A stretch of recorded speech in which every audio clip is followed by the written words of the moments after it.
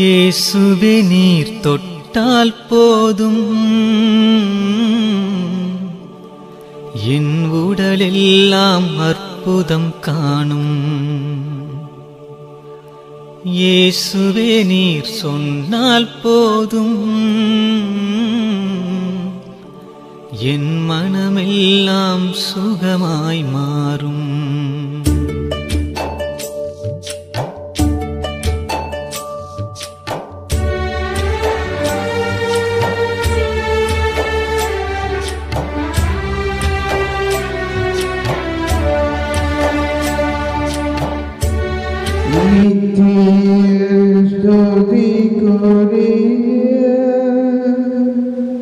பரிசுத்தன கருணைக்கு பக்தியாய் ஆராதனை ஏத்திசையும் புரியோம். நித்திய ஸ்துதிக்குரிய பரிசுத்தன கருணைக்கு பக்தியாய் ஆராதனை ஏத்திசையும் புரியோம். நித்திய ஸ்துதிக்குரிய பரிசுத்தன கருணைக்கு பக்தியாய் ஆராதனை ஏத்திசையும் புரியோம். பக்தியாய் ஆராதனை ஏத்திசையும் புரியோம்.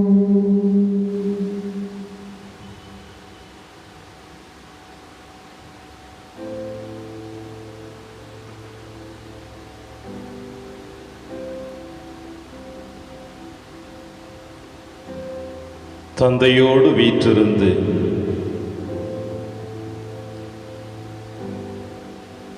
தந்தையினுடைய வாக்குறுதியை தன் வாழ்வாக ஏற்று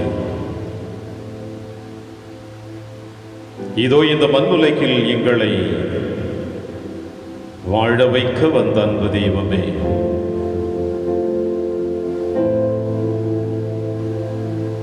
உம்முடைய முன்னிலையில் நாங்கள் மீண்டும் வந்து உன் பாதத்திலே எங்களை சரணடைய செய்து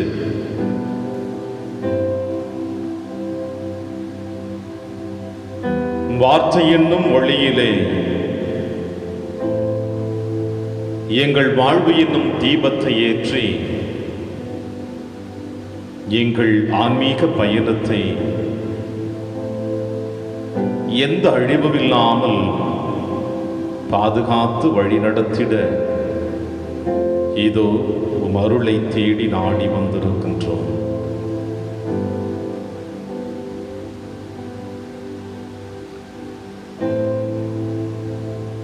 தாயை தேடி குழந்தை அலைவது போல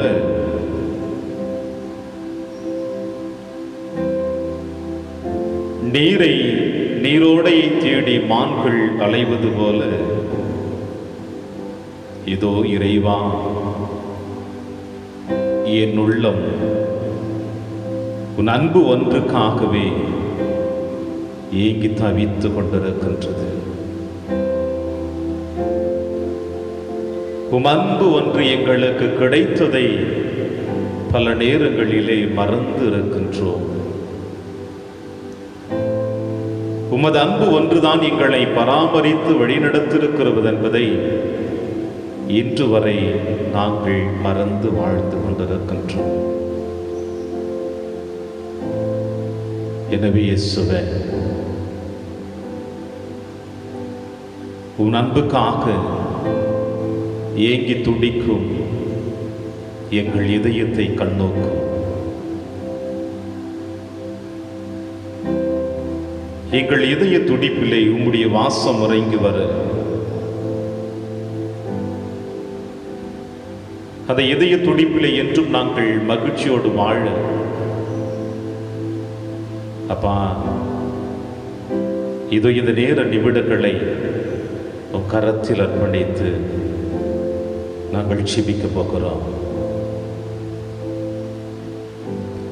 உம்முடைய பிரசன்னம் இப்பொழுது நாங்கள் கண்டு மகிழ்ந்து கொண்டிருக்கின்றோம். எனவே எங்கள் இதயத்தில் நீர் இறங்கி வந்து எங்கள் ஆன்மீக பாதையிலே உம்முடைய வார்த்தை என்னும் ஒளியிலே நாங்கள் தொடர்ந்து பயணிக்க அப்பா இதோ இந்த நேரத்தை செலவிட போகிறோம். எங்களோடு எங்களை உம்முடைய அன்பின் பாதையில் வழிநடத்த இதோ எங்களை அர்ப்பணித்து ஜெபிக்கிறோம். இயேசுவே, உனக்காக ஏங்கும் இதயம் பாடத் துடிக்கின்றது. உன் அன்பு ஒன்றே நிஜமானது என்று மகிழ்கின்றது. உனக்காக ஏங்கும் இதயம் பாடத் துடிக்கின்றது. உன் அன்பு ஒன்றே நிஜமானது என்று மகிழ்கின்றது. உனக்காக ஏங்கும் இதயம் பாடத் துடிக்கின்றது. நீரோடைக்காக ஏங்கும் மான் போல் நாளும் உனக்காய் காத்திருந்தேன். நீரோடைக்காக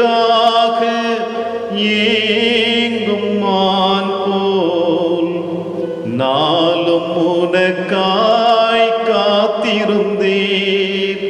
நினைக்காத நாளில்லை இறைவா, நெஞ்சார தேடுகிறேன். நினைக்காத நாளில்லை இறைவா, நெஞ்சார தேடுகிறேன். உனக்காக ஏங்கும் இதயம் பாடத் துடிக்கின்றது. உன் அன்பு ஒன்றே நிஜமானது என்று மகிழ்கின்றது. உனக்காக ஏங்கும் இதயம் பாடத் துடிக்கின்றது. அருள் மேகமாக பகல் வேளை வந்தார், இரவிலும் உனக்காய் பாடிடுவேன். அருள் மேகமாக பகல் வேளை வந்தார், இரவிலும் உனக்காய் பாடிடுவேன். திருமுகம் நிலையாக பார்த்திடவே திருநாளும் அது ஆகுமோ. திருமுகம் நிலையாக பார்த்திடவே திருநாளும் அது ஆகுமோ. உனக்காக ஏங்கும் இதயம் பாடத் துடிக்கின்றது. உன் அன்பு ஒன்றே நிஜமானது என்று மகிழ்கின்றது. உனக்காக ஏங்கும் இதயம்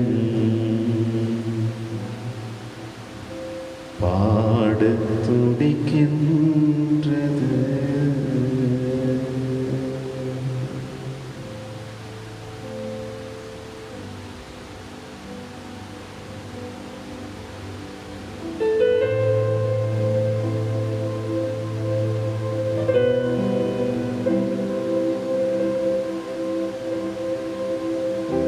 இயேசுவே,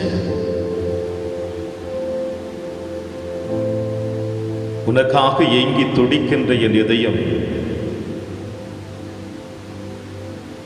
உன் அன்பை சுவைத்து அந்த அன்பினை பிறரோடு பகிர்ந்து வாழ்ந்து கொள்ள இந்த நேரத்தில் எங்களுக்கு நல்லதொரு மனதிடனையும் தைரியத்தையும் தாரும் என்று வந்திருக்கின்றோம். உன் அன்பு ஒன்றே மட்டும்தான் எதையும் தாங்கிக் கொள்ளக்கூடிய நல்லதொரு மனப்பக்குவத்தை தரும். உன் அன்பு ஒன்று மட்டும்தான் மன்னிக்கக்கூடிய மனநிலையை எங்களுக்கு தரும். உன் அன்பு ஒன்று மட்டும்தான் எங்களை விண்ணக வாழ்விற்கு அழைத்து செல்லும். உம்முடைய அன்பு ஒன்று மட்டும்தான் உறவு பாலத்தை உறுதிப்படுத்தும்.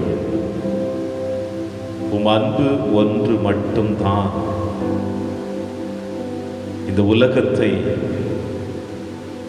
எங்களை, நீர் படைத்த அனைத்து பொருட்களையும் பாதுகாத்து கொண்டிருக்கும் என்பதை உணர்ந்து இயேசுவே,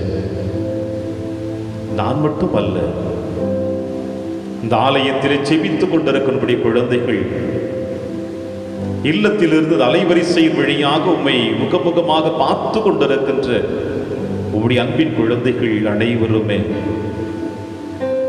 இதோ உம் அன்பிற்காக, உம் பாசத்திற்காக, உம் வழிநடத்துதலுக்காக, உம்முடைய பராமரிப்பிற்காக, உம்முடைய இரக்கத்திற்காக, உம்முடைய மன்னிப்பிற்காக ஏங்கி இது உம்முடைய முன்னிலையில் வந்திருக்கிறோம் இயேசுவே.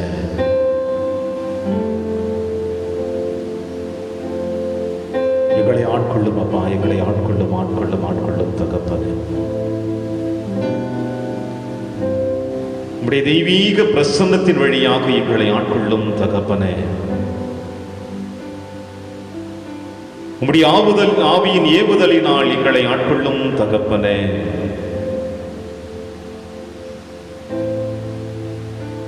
அந்த கல்வாரி மலையிலே நீர் சிந்திய திரு ரத்தத்தின் வழியாக எங்கள் உள்ளத்தையும் உடலையும் தூய்மைப்படுத்தும் தகப்பனே.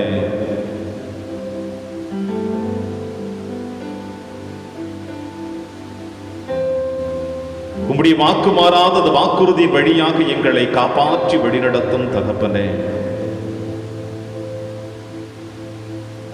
நான் உங்களை திக்கற்றவர்களாக விடமாட்டேன் என்று சொன்ன வாக்குறுதியை இப்பொழுது நிறைவேற்றி எங்களோடு வந்து தங்கும் இயேசுவே.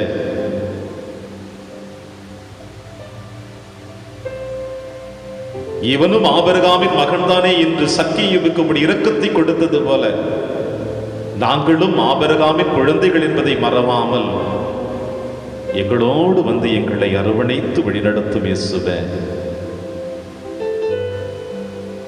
இதோ உம்முடைய வருகைக்காக, உம்முடைய ஆளுமைக்காக, உம்முடைய வழிநடத்துதலுக்காக எங்களுக்குள் நீர் வாசம் செய்ய போகிறீர் என்பதை நினைத்து இயேசுவே, அப்பா இயேசுவே, எங்கள் இதய கதவுகளை திறந்து வருகைக்காக உம்முடைய முன்னிலையில் அமர்ந்து கிடக்கின்றோம் அப்பா.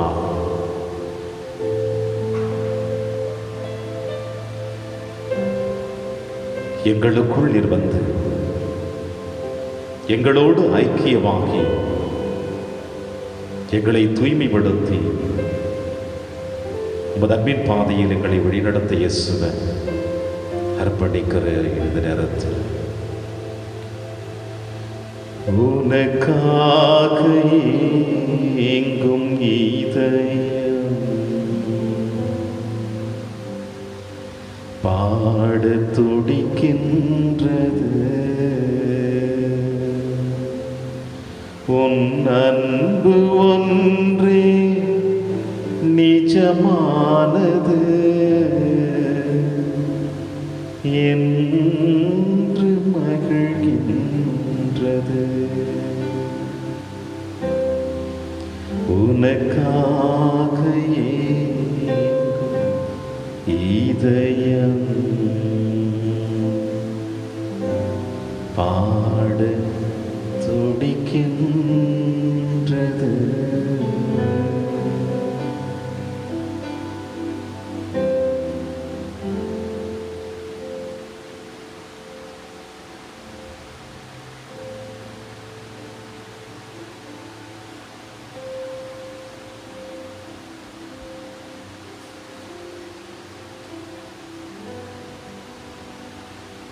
கிறிஸ்துவில் பிரியமான என் அன்பு சகோதரமே,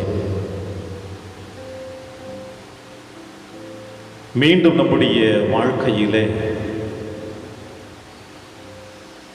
ஒரு புனிதமான தருணத்தை, நேரத்தை நாம் அனுபவித்துக் கொண்டிருக்கின்றோம். உலக காரியங்கள் ஒருபுறம், ஆன்மீக காரியங்கள் இன்னொரு புறம். இவை இரண்டும் சேர்ந்ததுதான் இந்த மண்ணுலக பயணம். ஏனென்றால் உடலுக்குள் நம் ஆன்மா கொடுக்கப்பட்டிருக்கிறது.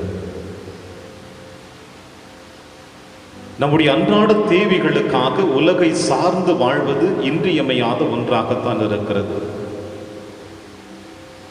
ஆனால் உலகமே நமக்கு வாழ்வு என்று நாம் இருந்து கொண்டிருந்தோம் என்றால் நம் ஆன்மாவை நாம் இழந்து விடுவோம். நம் ஆன்மாவை பாதுகாக்க வேண்டும் என்ற மனநிலை இருந்தால்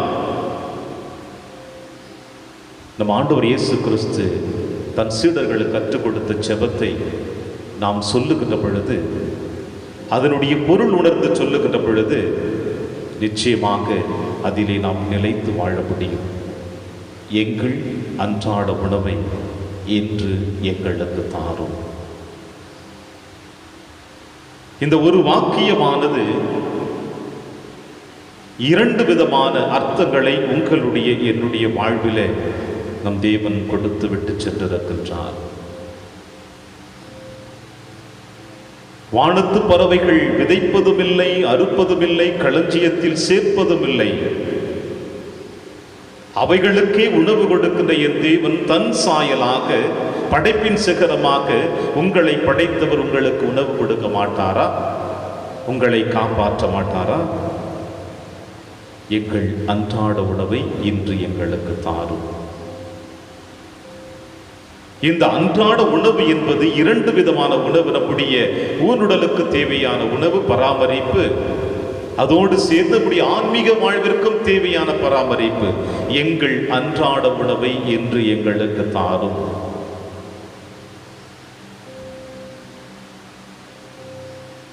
தினந்தோறும் ஒரு மனிதன் உணவு உண்டால்தான் அவனுடைய உடல் ஆரோக்கியமாக இருக்கும். தூய்மையான உணவு, தூய்மையான காற்று, தூய்மையான தண்ணீர், இதை எந்த ஒரு மனிதன் உண்டு குடித்து வாழ்ந்து கொண்டிருக்கின்றானோ அவன் உடல் ஆரோக்கியமாக இருக்க முடியும். எங்கள் அன்றாட உணவை இன்று எங்களுக்கு தாரும். அதே போல தூய்மையான வாழ்க்கை எவனொருவன் வாழ்ந்து கொண்டிருக்கின்றானோ அவனுடைய ஆன்மாவும் ஆரோக்கியமாக இருக்கும். தூய்மையான ஆரோக்கியமான ஆன்மீக வாழ்வை வாழ்ந்து கொண்டிருக்கின்றவன் என்றுமே இறைவனுடைய குழந்தையாக வாழ முடியும். எனவே நம் ஆண்டவர் இயேசு கிறிஸ்து அற்புதமாக சொல்லி இருக்கிறார், எங்கள் அன்றாட உணவை எங்களுக்கு இன்று தாரும் என்று. இதை கருத்தில் கொண்டு எந்த ஒரு மனிதன் தன்னுடைய வாழ்விலே இயற்கையோடும் ஆண்டவனோடும் இணைந்து செல்லுகின்றானோ, ஆண்டவரோடும் அடுத்தவரோடும் இணைந்து செல்லுகின்றானோ, அவன் எப்பொழுதுமே ஆசீர்வதிக்கப்பட்டவனாக இருக்கின்றான். கிராமப்புறங்களிலே நாம் பார்த்திருக்கின்றோமே, இரண்டு மாட்டு வண்டிகள், ஒரு மாட்டு வண்டிகளிலே இரண்டு மாடுகள் இருக்கிறது என்றால் ஒன்றை ஒன்று மாறி மாறி சென்று கொண்டிருந்தால் முன்னும் பின்னுமாக அந்த வண்டியானது பயணித்து செல்லாது நேராக. நிலத்திலே ஏர் ஓட்டுகின்றவன் மாட்டை வைத்து ஏர் ஓட்டுகின்ற பொழுது அந்த இரண்டு மாடுகளும் ஒன்று சேர சென்றால் தான் அந்த ஏரானது ஒழுதாக ஓட்ட முடியும். இல்லை என்றால் ஏரும் ஓட்ட முடியாது, நிலமும் உழ முடியாது, மாடுகளின் கால்களும் பாழாக்கப்படும். அதுபோல நம்முடைய வாழ்க்கையிலே ஆன்மீகமும் இந்த உலகத்தை சார்ந்ததும் இந்த உடலை சார்ந்ததும் இரண்டும் ஒன்று சேர செல்லுகின்ற பொழுதுதான் நாம் நிறைவை காண முடியும். இவை இரண்டும் ஒரே நேர்கோட்டில் செல்ல வேண்டும் என்றால் இது ஆண்டவருடைய பாதுகாப்பின் வழியாக, அவருடைய வழிநடத்துதல் வழியாகத்தான் இது நிச்சயம் சாத்தியமாகும். ஒருவேளை நம் ஆண்டவருடைய பராமரிப்பிலும் அவருடைய வழிநடத்துதலிலும் நம்முடைய ஆன்மீக பயணத்தையும் உலகத்தை சார்ந்ததையும் ஒரு சேர எடுத்து செல்ல முடியாது என்பதையும் உங்களுக்கும் எனக்கும் நன்றாக தெரியும். பிரியமான சகோதர சகோதரிகளே, இதைத்தான் இன்றைய வாசகங்கள் உங்களுக்கும் எனக்கும் நன்றாக சொல்லுகிறது. ஆண்டவர் இயேசு கிறிஸ்து தன்னை தேடி வந்த மக்கள் கூட்டத்தை பார்த்து இவ்வாறு சொல்லுகிறார் என்று லூக்கா நற்செய்தியாளர் நமக்கு சொல்லுகிறார். மேற்கிலிருந்து மேகம் எழும்புவதை நீங்கள் பார்த்தால் மழை வரும் என்கிறீர்கள், அது அப்படியே நடக்கிறது. தெற்கிலிருந்து காற்று அடிக்கும் பொழுது மிகுந்த வெப்பம் உண்டாகும் என்கிறீர்கள், அதுவும் நடக்கிறது. வெளிவேடக்காரரே, நிலத்தின் தோற்றத்தையும் வானின் தோற்றத்தையும் ஆய்ந்து பார்க்க அறிந்திருக்கும் பொழுது இக்காலத்தை நீங்கள் ஆராய்ந்து பாராமல் இருப்பது எப்படி? உலக காரியங்கள், இயற்கையின் சூழ்நிலைகள், இவை அனைத்தையும் நுணுக்கமாக ஆய்ந்தறிந்து அதிலே நம்முடைய அன்றாட வாழ்க்கையை பயணித்துக் கொண்டிருக்கின்ற நீங்கள் இக்காலத்தை நீங்கள் ஆராய்ந்து பாராமல் இருப்பது ஏன்? ஏன் ஆண்டவர் இயேசு கிறிஸ்து இக்காலத்தை என்று சொல்லுகிறார்? காரணம், அவர்கள் முன்னிலையில் அவர் வாழ்ந்து கொண்டிருந்தார். அவர்கள் முன்னிலையில் அவர்களுக்காக அவர்களோடு இறைவார்த்தையை போதித்துக் கொண்டு இறைவனுடைய தந்தையினுடைய பிரசன்னத்தை அவர் கொடுத்து கொண்டிருப்பதை அவர்கள் ஆய்ந்து பாராமல் உலக காரியங்களில் மட்டும்தான் தங்களுடைய கவனத்தை செலுத்தினார்களே ஒழிய இறைவனுடைய பிரசன்னத்தை அவர்கள் உணர்ந்து கொள்ள முடியாமல், ஆண்டவரை ஏற்றுக்கொள்ள முடியாமல், ஆண்டவரை புரிந்து கொள்ள முடியாமல், இந்த நற்கருணை நாதரை தங்கள் இதயத்தில் ஏற்றுக்கொள்ள முடியாமல் அவர்கள் வாழ்ந்த தருணத்தை தான் இக்காலத்தை நீங்கள் ஆராய்ந்து பார்க்காமல் இருக்கிறீர்கள் என்று சொல்லுகிறார். அதற்கு சரியான விளக்கத்தையும் இன்றைய நற்செய்தி வாசகத்தினுடைய 2வது பகுதியாக சொல்லுகிறார். நீங்கள் உங்கள் எதிரியோடு ஆட்சியாளரிடம் போகும் பொழுது வழியிலே உங்கள் வழக்குகளை தீர்த்துக் கொள்ளுங்கள். 3வது மனிதன் உங்களுடைய வழக்குக்குள் நுழைந்தான் என்றால் உங்களை அவன் சின்னாபின்னமாக மாற்றி விடுவான். 3வது மனிதன் உங்களுடைய வாழ்க்கையிலும் வழக்குகளிலும் நுழைந்து விட்டால் உங்கள் வாழ்க்கை சின்னாபின்னமாக மாற்றப்படும். சற்று சிந்தித்து பார்ப்போமா? உங்களுடைய என்னுடைய வாழ்விலே எத்தனை முறை நம்முடைய வாழ்வை 3வது மனிதனுடைய கரத்தில் ஒப்படைத்து விட்டு கண்ணீரோடும் வேதனையோடும் நம்மையே முழுவதுமாக அழிக்கக்கூடிய அளவிற்கு நாம் உந்தத் தள்ளப்பட்டிருப்போம். ஏனென்றால் அவர்களுக்கு நம்முடைய வாழ்வை பற்றி அக்கறை இருக்காது. அவர்களுக்கு தேவை நம்மை வைத்து அவர்கள் எதையாவது சம்பாதித்துக் கொண்டு விடலாமே என்கின்ற மனநிலையோடு தான் அவர்கள் இருப்பார்கள். எனவே 3வது மனிதனுடைய உங்களுடைய வாழ்க்கையை உங்கள் வழக்கினையும் ஒப்பு கொடுத்தீர்கள் என்றால் அது பல நேரங்களிலே அழிவைத்தான் சேர்த்து கொடுக்கும். எனவே உங்களுக்குள் சமரசமாக பேசி அதை நீங்கள் முடித்துக் கொள்ளுகின்ற பொழுது அதிலே உங்களால் மகிழ்ச்சி அடைய முடியும் என்று நம் ஆண்டவர் அற்புதமாக சொல்லுகிறார். இவை அனைத்திற்கும் காரணம் என்ன? நம்முடைய ஆன்மீக வாழ்வை நாம் சிந்திப்பது இல்லை. உலக காரியங்களோடு உலக சிந்தனைகளோடு உடலை சார்ந்ததோடு நம்முடைய நாட்களை கடந்து கடந்து கடந்து செல்லுகின்ற பொழுது ஆன்மீகம் ஒரு முறையில், ஒரு மூலையில் துருப்பிடித்ததாக, அழுக்கு நிறைந்ததாக ஏதோ ஒரு மூலையில் நாம் ஒதுக்கி வைத்து விட்டு வாழ்ந்து கொண்டிருக்கின்றோம். அது நமக்கு தேவைப்படும் பொழுது எடுத்துக்கொள்ளலாம் என்ற மனநிலை, சாகும் தருவாயில் அதை தேடிக்கொள்ளலாமே என்ற மனநிலை கூட ஒரு சில நல் உள்ளங்களுக்கு இப்பொழுது கூட இருந்து கொண்டிருக்கின்றது. கடைசி நேரத்தில் என் தேவன் என்னை மன்னித்து விடுவார், ஆடுகின்ற வரையில் நான் ஆடி முடித்து விடுகிறேன் என்று எத்தனையோ உள்ளங்கள் வாழ்ந்து கொண்டிருக்கிறார்கள்.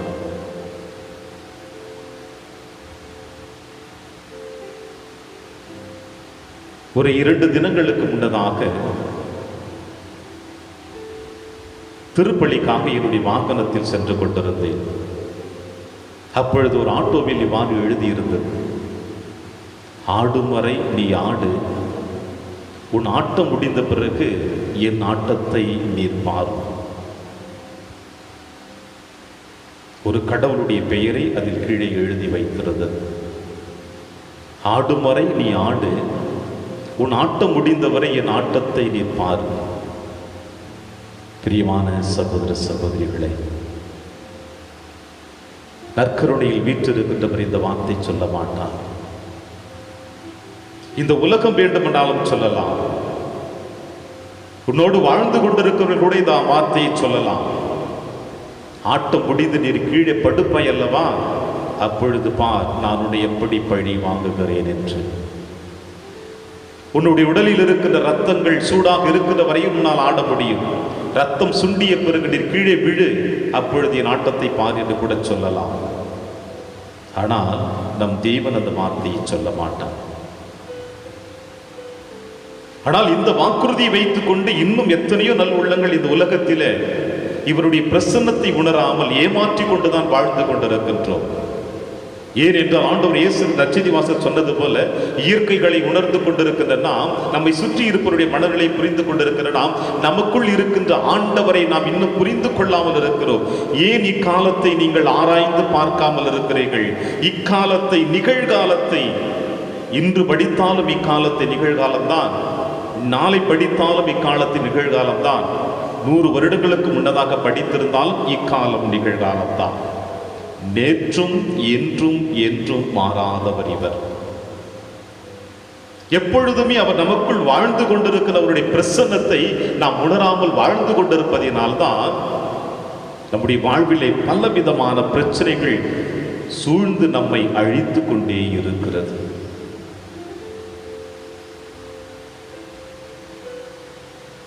அண்ணன் தம்பி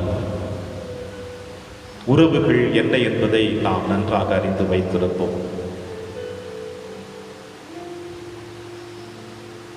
இந்த அண்ணன் தம்பி உறவுகளுக்குள்ளே ஒரு குறிப்பிட்ட காலங்களுக்கு பிறகு அவருடைய வாழ்வு முழுவதுமாக மாற்றப்பட்டு விடுகிறது. இவ்வாறுதான் சகோதரர்கள் இருவர் வாழ்ந்து கொண்டிருக்கிற பொழுது அவருடைய நிலத்தின் வரப்பிலே ஒரு வேப்ப மரம் இருந்ததாம். அந்த வேப்ப மரம் யாருக்கு உரிமை? இதுதான் பிரச்சனை. அண்ணன் வேப்ப மரம் எனக்குரியது, தம்பி வேப்ப மரம் எனக்குரியது என்று இருவரும் ஒவ்வொரு நாளும் சண்டை போடாத தருணங்கள் இல்லை. விடிந்தவுடனே சண்டை ஆரம்பிக்கப்படும். சூரியன் மறைகின்ற வரையில் அந்த சண்டை தொடர்ந்து கொண்டுதான் இருக்கும். இறுதியாக அவர்கள் இருவருமே நீதிமன்றத்தை நாடினார்களாம். இருவரும் நிலத்தை விற்கின்ற அளவிற்கு செலவுகள் செய்து விட்டார்கள், லட்சம் கணக்காக. 2 பேருடைய நிலத்தை வாங்கியவன் அந்த வரப்பில் இருந்த மரத்தை இன்னொருவனுக்கு விற்றானாம், வெறும் 350 ரூபாய்க்கு மட்டும். நிலத்தின் மதிப்பு லட்சம் கணக்காக.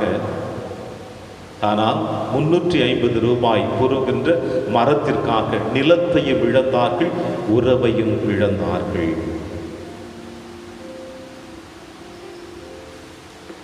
பிரியமான சகோதர சகோதரிகளே, பவுலடிகளார் எபேசியருக்கு எழுதிய திருமுகத்திலே இவ்வாறு சொல்லுகிறார், ஆண்டவர் பொருட்டு கைதியாகி இருக்கும் நான் உங்களுக்கு கெஞ்சி கேட்கிறேன், நீங்கள் பெற்றுக்கொண்ட அழைப்புக்கு ஏற்றவாறு வாழுங்கள். முழுமன தாழ்மையுடனும் கனிவுடனும் பொறுமையுடனும் ஒருவர் ஒருவர் அன்புடன் தாங்கி அமைதியுடன் இணைந்து வாழ்ந்து தூய ஆவி அருளும் ஒருமைப்பாட்டை காத்துக்கொள்ள முழு முயற்சி எடுங்கள். என்ன அற்புதமான வார்த்தையை பவுலடிகளார் எபேசியர்களுக்கு எழுதி கொடுக்கிறார். நீங்கள் பெற்றுக்கொண்ட அழைப்புக்கு ஏற்றவாறு வாழுங்கள். நாம் என்ன வாழ்வு பெற்றுக் கொண்டிருக்கின்றோம்? என்ன அழைப்பு பெற்றுக் கொண்டிருக்கின்றோம்? கிறிஸ்தவன், கிறிஸ்தவள், இதுதான் அழைப்பு. எங்கு சென்றாலும் ஒரு குருவானவர் போகிறார் என்றுதான் என்னை சொல்லுவார்கள். நீங்களும் உங்களுடைய பயணத்தில் செல்லுகின்ற பொழுது பிற மதத்தை சார்ந்தவர்கள் இங்கே பார்க்கிற பொழுது ஒரு கிறிஸ்தவன், கிறிஸ்தவள் வருகிறார்கள் என்றால் சொல்லுவார்கள். இதுதான் நீங்கள் பெற்ற அழைப்பு. இந்த அழைப்புக்குள் கொடுக்கப்பட்டிருக்கின்ற வாழ்க்கையை தான் பவுலடிகளார் அற்புதமாக சொல்லுகிறார். முழுமன தாழ்மையும் கனிவுடனும் பொறுமையுடனும் ஒருவரை ஒருவர் அன்புடன் தாங்கி அமைதியுடன் இணைந்து வாழுகின்ற பொழுது தூய ஆவி அருளும் ஒருமைப்பாட்டை உங்களால் காத்துக் கொள்ள முடியும். ஆன்மீக வாழ்விற்கு தேவையான அடித்தளம், ஆன்மீக வாழ்வுக்கு தேவையான உந்து சக்தி, ஆன்மீக வாழ்வை முழுவதுமாக பாதுகாக்கக்கூடிய அற்புதமான நிகழ்வுகளை எபேசியருக்கு எழுதிய திருமுகத்திலே பவுலடிகளார் சொல்லுகிறார் என்றால், இவை அனைத்தையும் நாம் பெற வேண்டும் என்றால் இக்காலத்தை நாம் ஆய்ந்து பார்க்க வேண்டும். எனக்குள் இறைவன் தங்கி கொண்டிருக்கின்றார், இந்த நிகழ்காலத்திலே இறைவனோடு நான் பயணித்துக் கொண்டிருக்கிறேன் என்று ஆண்டவர் நம்மை சிந்திக்க அழைப்பு கொடுக்கிறார். அப்படி சிந்தித்தோம் என்றால் நம்முடைய வாழ்விலே பிரச்சனைகள் எழாது, நீதிமன்றத்தை நாட தேவையில்லை. நம்முடைய வாழ்விலே மூன்றாவது மனிதன் நுழைந்து நமக்கு நீதிபதியாகிறது, நமக்கு வழக்குகளை வாதாட அவர்களுக்கு வாய்ப்புகள் இல்லை. எனவே பிரியமான சகோதர சகோதரிகளே, இதோ காலம் கடந்து கொண்டே போகிறது. இது அக்டோபர் மாதத்தை முடித்து நவம்பர் மாதத்தில் அடியெடுத்து வைக்க போகிறோம். நவம்பர் மாதம் என்றாலே நம்முடைய ஈரக்குலைகள் ஆடக்கூடிய தருணம். சோதனைகளை, கடந்த கால வாழ்க்கையினுடைய துக்க நிகழ்வுகளை, இழந்தவர்களை பற்றி சிந்தித்து பல நேரங்களிலே கண்ணீரோடு கல்லறையில் அமர்ந்து கொள்ளக்கூடிய தருணங்கள் நம்மை நெருங்கி வந்து கொண்டிருக்கின்றது. கல்லறையில் எழுதப்பட்டிருக்குமே, பாவத்தின் மரணம் சம்பளம், இன்று நான் நாளை நீ. இவை அனைத்தையும் நாம் சிந்திக்க போகக்கூடிய தருணத்தை நாம் நெருங்கி கொண்டிருக்கின்றோம். எனவே இக்காலத்தை நாம் யோசித்து பார்ப்போம். நாளைய நிலங்களுக்கு, நாளைய நாட்களுக்கு இக்காலத்தினுடைய பலன் என்ன கொடுக்க போகிறது என்று. எனவே நம் முன்னிலையில் வீற்றிருக்கிற நற்கருணை நாதரிடம் நம்மை அர்ப்பணிப்போமா? நம்மை அர்ப்பணித்து ஜெபிப்போமா? இயேசுவே, உன் பிரசன்னத்தை உணர்ந்து கொள்ளக்கூடிய மனப்பக்குவத்தை தாரும் என்று இதோ அவர் முன்னிலையில் நம்மை அர்ப்பணித்து ஜெபிப்போம். கண்களை மூடுவோம்.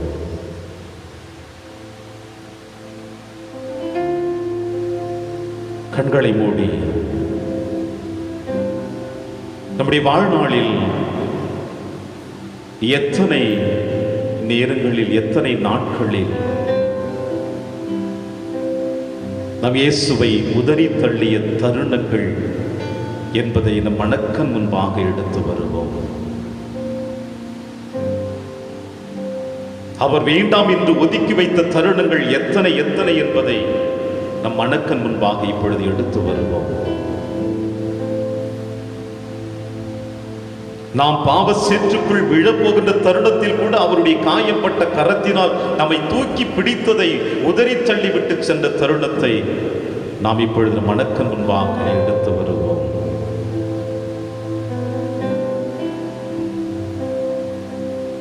இது நம் முன்னிலையில் வீற்றிருக்கின்ற தெய்வம். நம் இதய கதவை நாம் திறந்தால் மட்டும்தான் அவர் இறங்கி வர விரும்புவார். அர்ப்பணிப்போமா நம்மை. இயேசுவே, என் இதயத்தில் எழுந்தருளி வாரும் என்று அந்த இயேசுவிடம் நம்மை அர்ப்பணிப்போமா.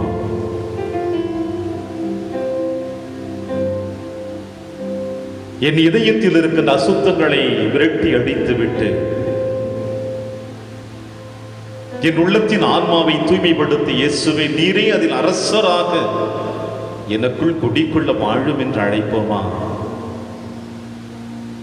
அன்பரே, உம்முடைய அன்பிற்காக நான் ஏங்கி தவித்துக் கொண்டிருக்கின்றேன் என்று, நீரோடைக்காக மான்கள் ஏங்கி தவித்துக் கொண்டிருப்பது போல என் அன்பரே, என் ஆன்மா, என் இதயம், என் வாழ்க்கை உம்முடைய வருகைக்காக ஏங்கி தவித்துக் கொண்டிருக்கிறது என்று நம்மை அவரிடத்தில் அர்ப்பணிப்போமா. உள்ளம் தூய்மையாக இருந்தால் மகிழ்ச்சியோடு வந்து வாழ வருவார். உள்ளம் அசுத்தமாக இருந்தால் அதை தூய்மைப்படுத்த கூட மீண்டுமாய் சிலுவையில் தன்னை அறைந்து கொள்ள அவர் விரும்புகிறார். ஏனென்றால் அவருடைய குழந்தைகள் அல்லவா நாம். தாய் பசியாக இருந்தாலும் குழந்தை பசியோடு இருக்கிற பொழுது தனக்குரிய உணவை எடுத்து குழந்தைக்கு கொடுத்து விட்டு குழந்தை பசியாறுவதை பார்த்து மகிழ்ச்சி அடைகின்றாளே தாயானவள். அதுபோல என் தேவன், நம் தேவன், நம் ஆன்மீக வாழ்வு அழிந்து போகிறதை அவர் இப்பொழுது விரும்புவதில்லை. தன் வாழ்வை அழித்து தன் ரத்தத்தை நமக்கு கொடுத்து தன் உடலையும் நமக்கு கொடுத்து நம் ஆன்மாவை தூய்மைப்படுத்த இதோ நம் முன்னிலையில் இறங்கி வந்திருக்கிறார். அசுத்தமுள்ள இதயத்தை தூய்மைப்படுத்த ஆவியினுடைய வருகையினால், அவருடைய திரு ரத்தத்தினால், தந்தையினுடைய அன்பினால் இந்த நேரத்திலே உங்களையும் என்னையும் தூய்மைப்படுத்தி பாதுகாக்க வந்திருக்கின்றார். இதை அர்ப்பணிப்போமா. அவருடைய கரத்தில் நம்மை அர்ப்பணிப்போமா.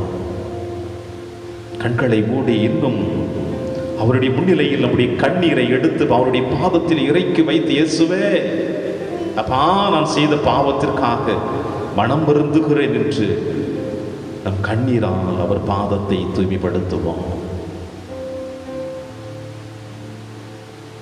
இயேசுவின் பாதத்தை கூந்தலால் கண்ணீரை விட்டு துடைத்து நறுமண தைலத்தை அவருடைய பாதத்திலே அர்ப்பணித்தாலே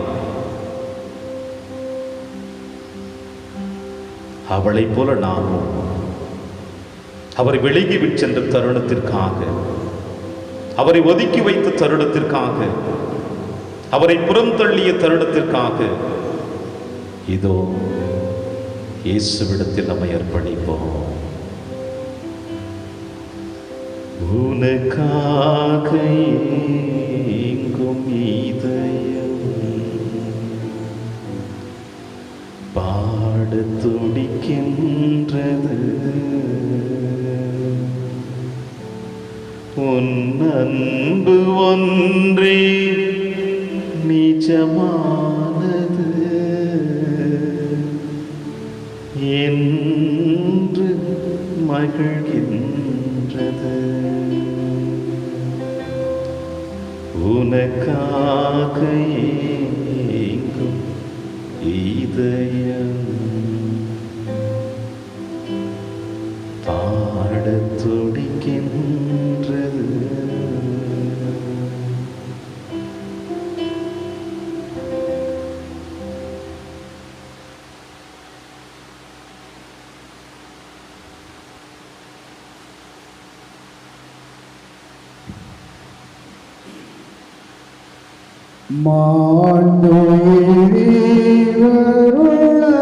மனத்தை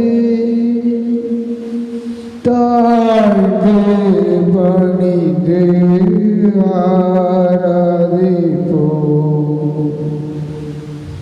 பழைய நியம முறைகள் அனைத்தும் இனி மறைந்து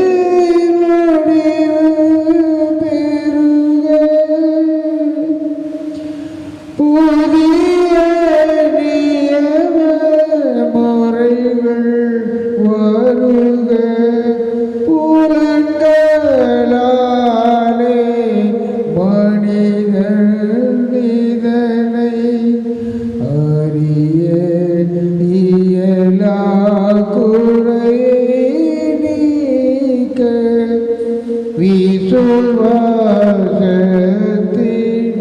உதவி பெறுக.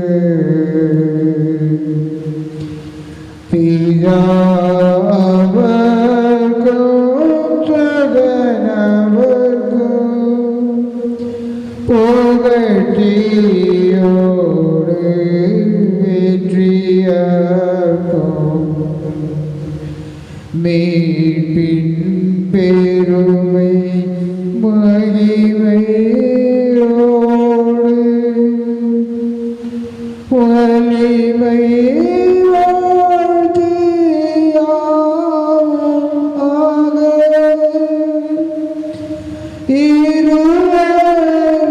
இருவரிடமாய் வருகின்றவர் தூய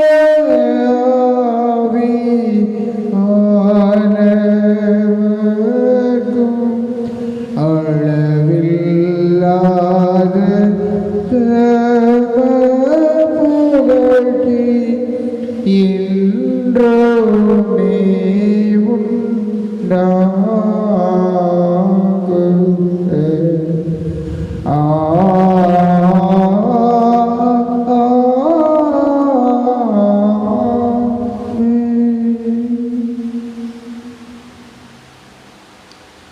மன்றாடுவோமாக. இறைவா, இந்த வியப்புக்குரிய திருவருட்சாதனத்திலே உம்முடைய திருப்பாடுகளின் நினைவை எங்களுக்கு விட்டு சென்றே. உமது திருவுடல் திரு ரத்தம் இவற்றின் மறைபொருளை வணங்கும் நாங்கள் உம்மின் பலனை இடைவிடாமல் அனுபவிக்க அருள் புரிவீராக. இறைவனாய் என்றென்றும் வாழ்ந்து ஆட்சி செய்கிற எங்கள் ஆண்டவர் இயேசு கிறிஸ்து வழியாக உம்மை மன்றாடுகின்றோம்.